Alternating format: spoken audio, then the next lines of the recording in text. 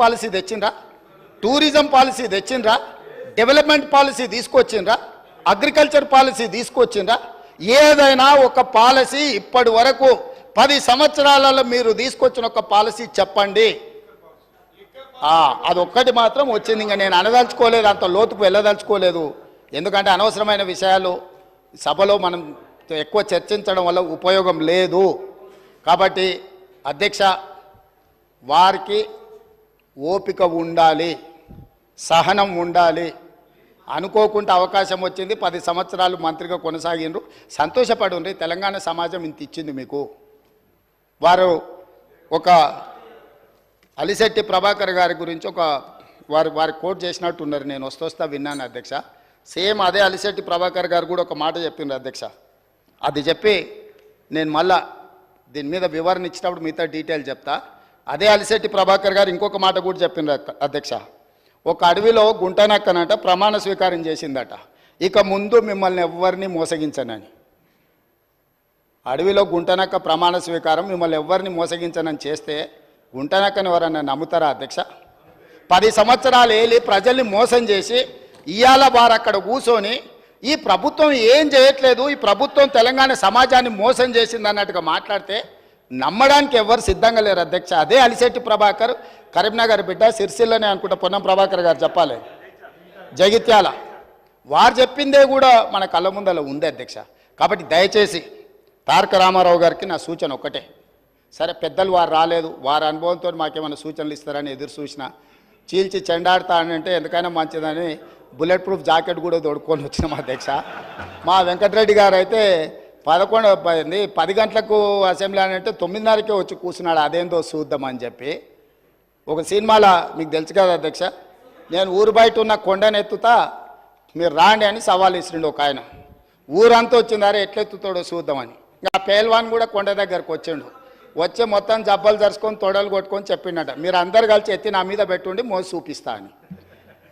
గట్లనే ఉంది అధ్యక్ష వాళ్ళ చీల్చి చెండాడు కూడా. కాబట్టి దయచేసి ఇప్పటికైనా ఇప్పటికైనా ప్రభుత్వం అధ్యక్ష, ఈ ప్రభుత్వం విధానపరమైన నిర్ణయాలు తీసుకుంటుంది.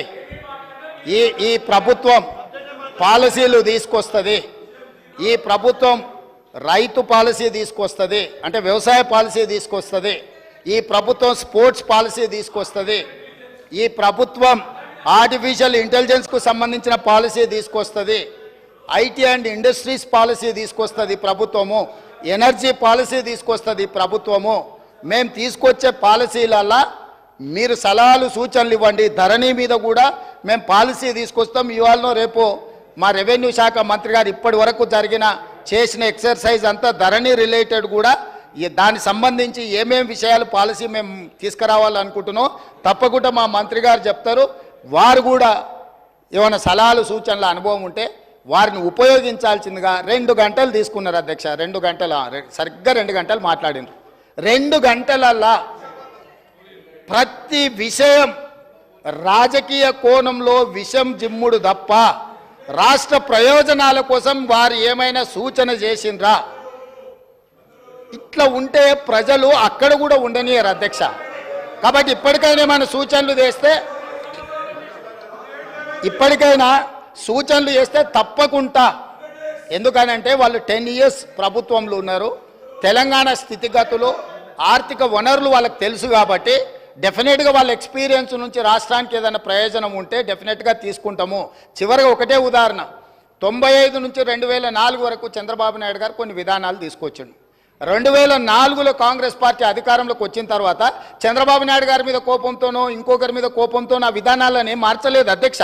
వాటిని ఇంకా పెంపొందించి విస్తరించి ప్రణాళికబద్ధంగా దాని మీద మెరుగైన విధానాలు తీసుకొచ్చి అభివృద్ధి చేసింది. కాబట్టి హైదరాబాద్కు మెట్రో వచ్చింది, హైదరాబాద్కు ఔటర్ రింగ్ రోడ్ వచ్చింది, హైదరాబాద్కి అంతర్జాతీయ ఎయిర్పోర్ట్ వచ్చింది, హైదరాబాద్కి ఐటీ కంపెనీలు వచ్చినాయి, హైదరాబాద్కు ఫార్మా కంపెనీలు వచ్చినాయి, హైదరాబాద్కి గోదావరి జలాలు వచ్చినాయి, హైదరాబాద్కి కృష్ణా జలాలు వచ్చినాయి అధ్యక్ష. వాళ్ళు నిజంగానే ఉపయోగపడే పాలసీ ఏదైనా తెస్తే కొనసాగించడానికి అభ్యంతరం లేదు. మేము తెచ్చిన పాలసీల మీద వారేమైనా సూచన చేస్తే సహేతుకమైన సూచనలు